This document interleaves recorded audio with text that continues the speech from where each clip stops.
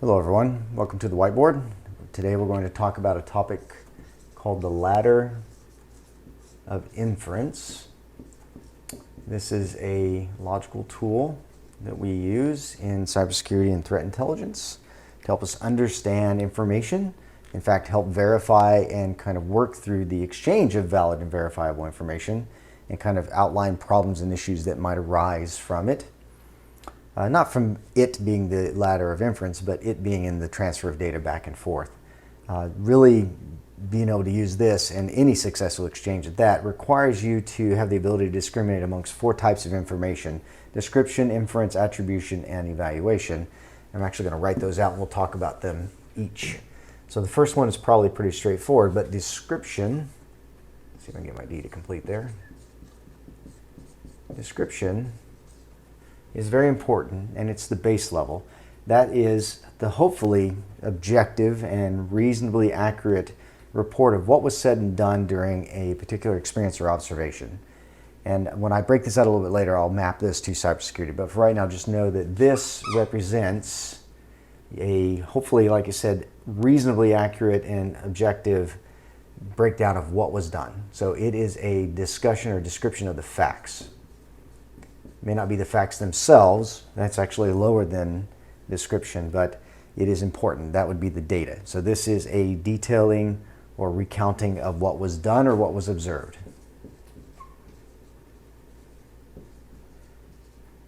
Observed. There we go. Observed. Very important, and the foundation, if you will, of things. Now, an inference, which is the next level of data, is similar to description, but you're stepping a little farther away. Inference is a conclusion of what happened or what was done or what you saw, what you observed, whatever it might be appropriate. It's also derived, it's a conclusion that's derived from beliefs and what you think are facts. That's supposed to be an I, beliefs and facts. Now, there's a part here, supposed, or supposedly, however you want to state it. So these may be facts to you, but they may not actually be facts to everyone. I'll just kind of leave it there. So attribution is the next level of data. So far we have description, and then inference, and then of course we have attribution, which is a scary word in our industry, but we're going to talk about it in this concept. We're going to talk about it in this context.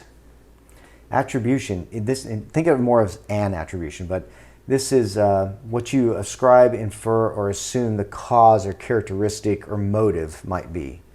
So here we're trying to talk about why, where, we're doing causal kind of links, we're exploring what may or may not have been right.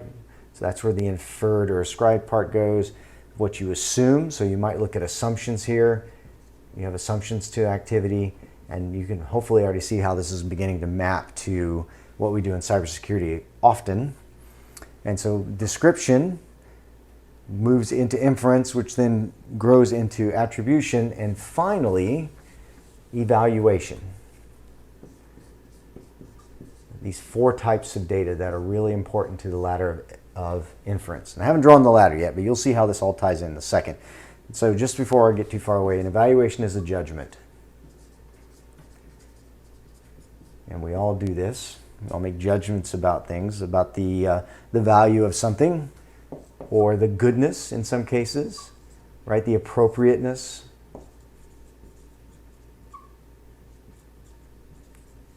A lot of ness words in there.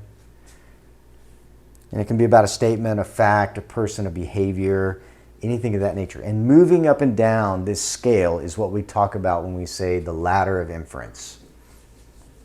And I'm going to break this out for you a little bit and show you kind of the steps of the scale. But this is, before I do, just realize that this is a very useful tool for us. It's employed by cybersecurity and intelligence analysts. Frequently, it matches the earlier breakdown of how I talked about data, which was hint, signal, and then you have indicator or observation. I'll just put one down today. And then of course the evidence. And then down here you might have direct interaction or engagement, whatever is appropriate. We're going to map this to the ladder of inference so you can see what I'm talking about here. But the point in having this ladder of inference is it helps you understand the different ways that people make sense and deal with everyday events or everyday facts, whether it's the breach today or the breach tomorrow or finding out about, something in your life. It doesn't really matter.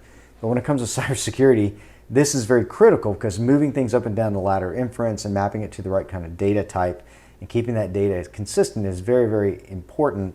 Also, individuals who process this information, they only will process certain aspects of it at any one time, and they will introduce past experience and other elements from outside the event, outside of the data that's in front of them, that will kind of affect things. So you might want to think of it as, you have a fact, you have an event, you have an incident, whatever it might be. People will use the ladder of inference whether they know they're doing it or not, and they're going to inject into this past experience, or I'm going to put EXP, that means experience, or they will inject other elements from outside that will play into how they make those inferences, assumptions, judgments, and attributions in the ladder of inference. And these not only influence them, sometimes they directly override some of the facts or an incident. And you have to be cautious of that. That's why as analysts, when we talk to each other, we try to make sure we're utilizing data correctly and our conclusions are mapped to, and we map to things that make sense, which is why we use frameworks like this so that we can understand what level, let's say, on the ladder of inference we're operating at. And it's okay if you're operating at more than one level. It's very normal. In fact, it's extremely normal. Many people are extrapolating thoughts at various levels of the ladder, which I've said it enough times, I guess I should actually just draw it all out, and so you can see what I'm talking about. And we'll do it in a ladder kind of structure. So I mentioned earlier that description wasn't actually the base level. The base level, and these can be a little fuzzy, and like I said, you can operate at more than one, but at the very beginning, your zero, if you will, is your data. Now these are the facts. Nothing but the facts, ma'am. This is the facts, where everything is hopefully very accurate. It's verbatim, it's 100%. You might consider this direct engagement type information, or this is definitely evidence, right? It's a fact. It's not something that is hopefully disputable. Above it is description, which is one of those types of information we started with. And description is your accurate recounting of the observed actions or verbatim facts. So if there was an incident, this is your recounting of what happened. So we had an incident, here are the evidence of the incident. This would be a step higher description of what happened, how it happened, when it happened, where it happened. This could also be an observation you made. It's things of that nature. Now, the second one above this is selective. Well, I guess I misspelled that. That's not going to work. Let's try that again. S-E-L-E, selective. There we are. It's selective interpretation. Or you might think partial focus in this instance of what was done, maybe in the incident that we're just started talking about here, whatever you think happened. This is where you start injecting conclusions. Well, you start the beginning of your conclusions. And inference is really when you get into conclusions. But I want you to think of this as normal reporting online. You read a report, someone's like, yeah, we did a great job. We found this new vulnerability. We broke out how this exploit might happen. We discovered new malware. Here's our malware report. Here's a bunch of indicators. Here's some hashes, some URLs, some IPs, that kind of stuff.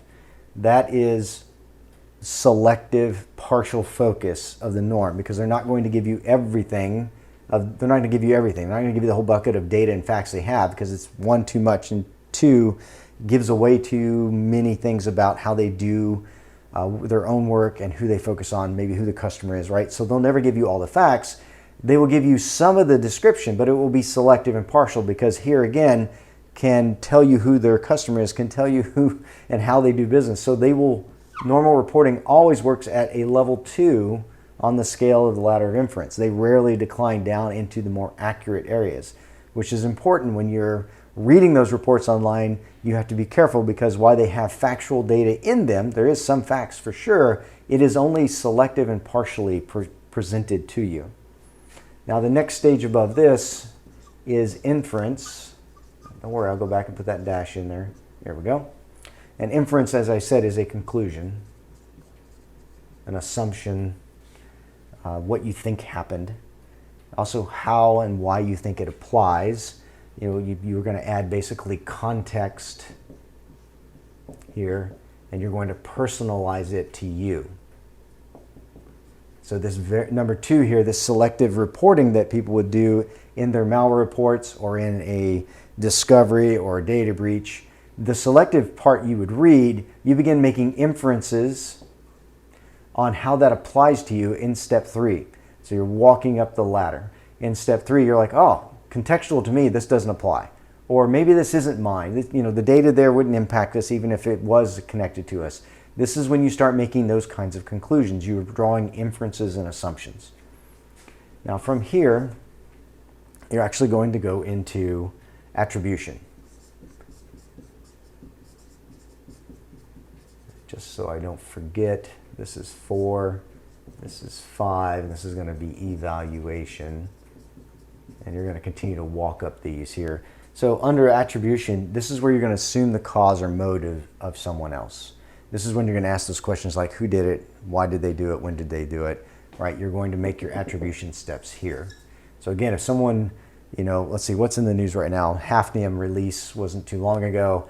Everybody's like, hey, do I have an on-premises exchange? That would be a fact if you do, or the fact if you don't. A description of how you have it protected and what may have happened there might be in this stage here in level 1 of the ladder. Level 2, you might selectively let people know that you have that, or you might selectively let parts of your company know that 1, you have it, 2, that it might be vulnerable, those kind of things. That all happens here.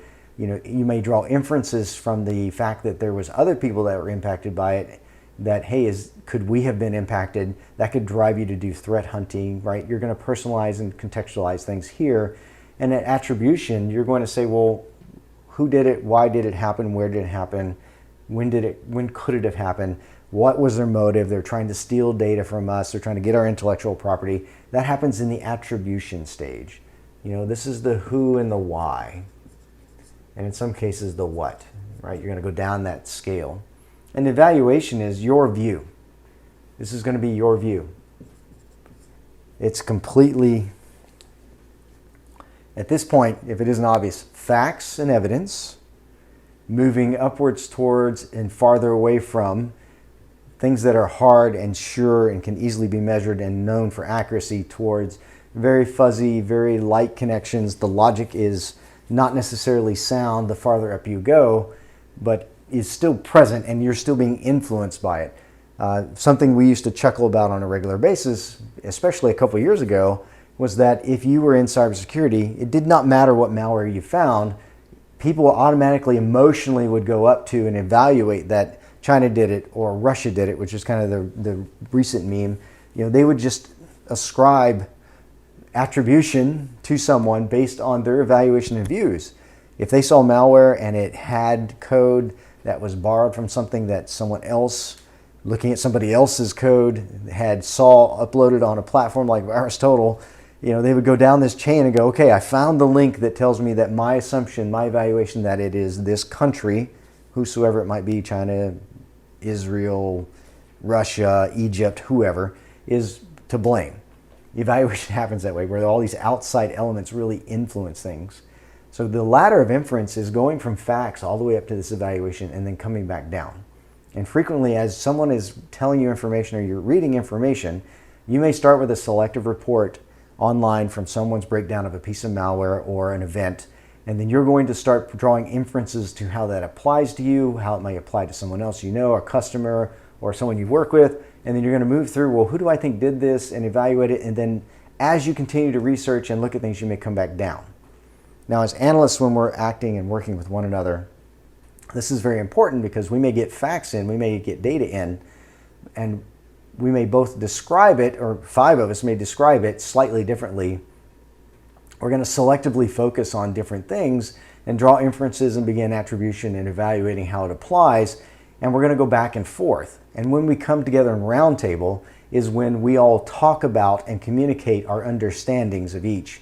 And you find out that, oh, wow, I really thought my inference, my conclusion that this was a focus on trying to get data from a government source, for example, was different. I did not realize that you had inferred that because of the activity, it was actually opportunistically driven versus actual targeting, which is where we would go with that particular scenario. And you would discuss it, and hopefully you would find enough information to come back down to the factual level as far as possible, to hopefully at worst get down into descriptive and selective levels. And if you think about the hint signal hint signal indicator evidence, evidence is going to stay down here, but your indicators will start mapping up here.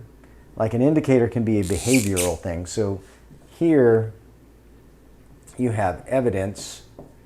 Here you're going to have indicators and observations. Then your signals are going to start happening up here as well as hints, to map it kind of generally to the same structure. Because the inferences you draw will be signals towards an activity, because they're conclusions, they're correlations, they're contextual items. They're not definitive, though. You can't, until you pull selected pieces of it out and start verifying those facts and driving it down to data, will you get to that level of, okay, certainty that this is true or not true. So this is an introduction to the ladder of inference, something that we use frequently in cybersecurity and in threat intel. We use it, probably many people use it and don't think about it in this context, but this is exactly what it is. It is indeed the ladder of inference that we're employing. And we employ it individually and when we talk to each other, as we state what we think, why we thought it,